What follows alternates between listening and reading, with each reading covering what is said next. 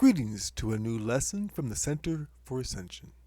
I am Russ Hatfield, and, along with my twin soul Kara, who is behind my shoulder, we're sharing with you the knowledge from other higher dimensional members of Ashtar Command. For this lesson, Omal gives a dissertation where communication is the focus.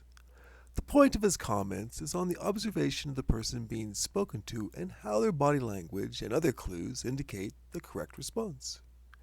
You can follow our online transcript at the link below of our homepage, centerforascension.org. Please subscribe if you want at the end of this video to be alerted to future challenge sessions, editorials from Kara and myself, and lessons from the Center for Ascension. And now, body language and the spoken word. Brief dissertation, Russ. Yes, communication skill. Correct. And the necessary two-way street that is important in communication.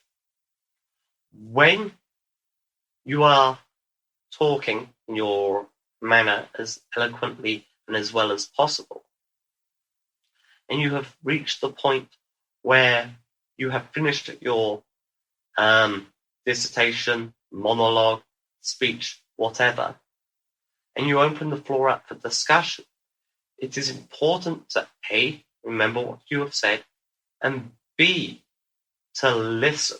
And in listening, you learn. Now, Corton has discussed the necessary importance of communicating crisply, clearly, and eloquently. And I believe that those are his words exactly. To add to this, it is necessary to remember what you have said and to listen and look, watch, and react. React not on the spur of the moment, not with feelings, not with emotions, but to react having listened to the question, thought about it, thought about what you're going to say, and responding without emotions and in a way that will not create problems. Do you understand? Yes. Okay. Do you have any more questions? Yes, when you mention and respond in a way that doesn't make any more problems, that's not always foreseeable. It's only a logical conclusion that it won't. Correct. But, for example, I am now formatting an answer to your question. The reply is being thought out. And sometimes there is no way to know how an individual is going to react and to take your words. But by watching the individual, pause. God, I almost hate to pause right here. Okay, by watching the person's behavioral patterns, are they agitated?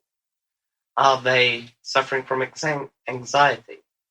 Are they frustrated? By watching their face and watching their body language, you can see how they may react. Are they angry? Are they upset?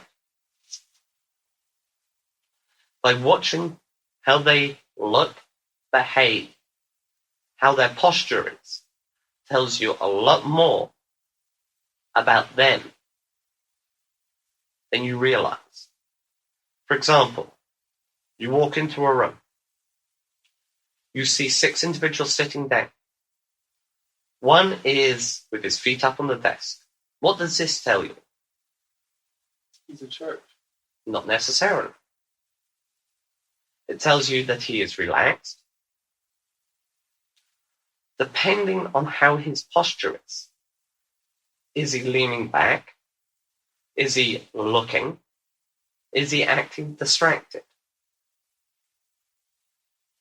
You have one individual sitting, slouched, and looking at the floor. What does that tell you?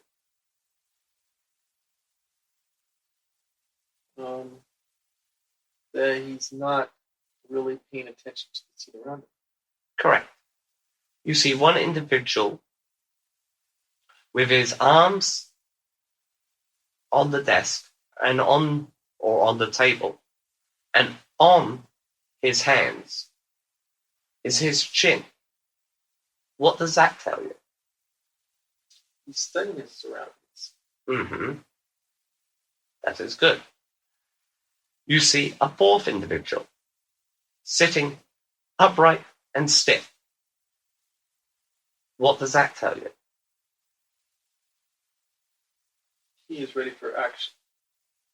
It tells you that he is paying attention. You see a fifth individual sitting slouched, but yet eyes fixed forward as if watching. What does that tell you?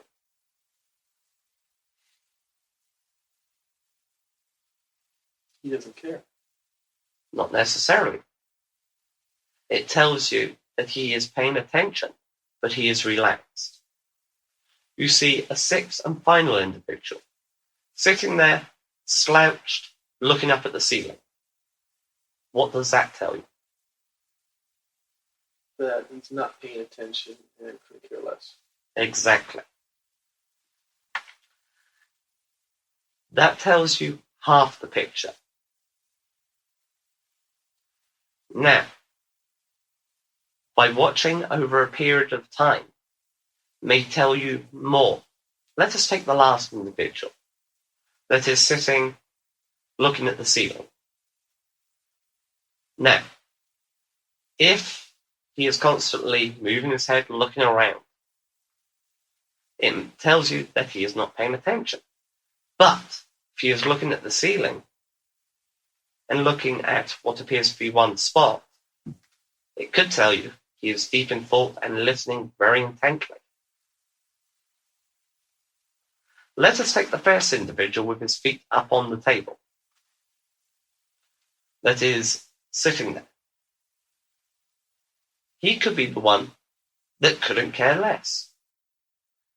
Facial expressions tell you a lot more about an individual. I don't mean a lot more than their posture. It gives you more information.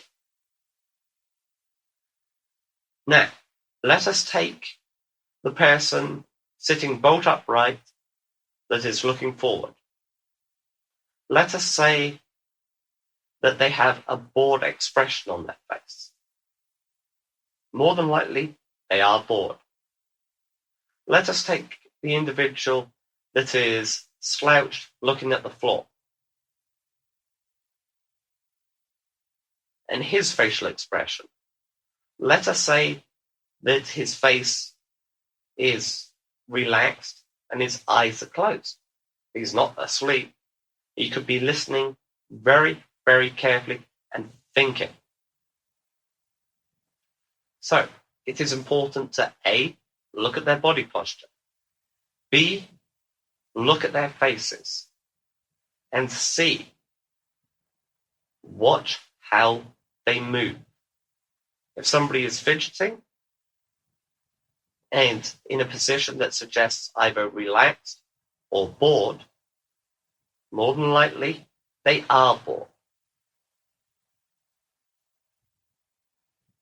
Any more questions?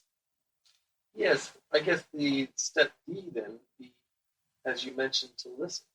Correct. After you said something or they said something, is to listen to their responses and get a better idea of what each person's status or attitude is. Correct. Any more questions? Good. Okay, thank you.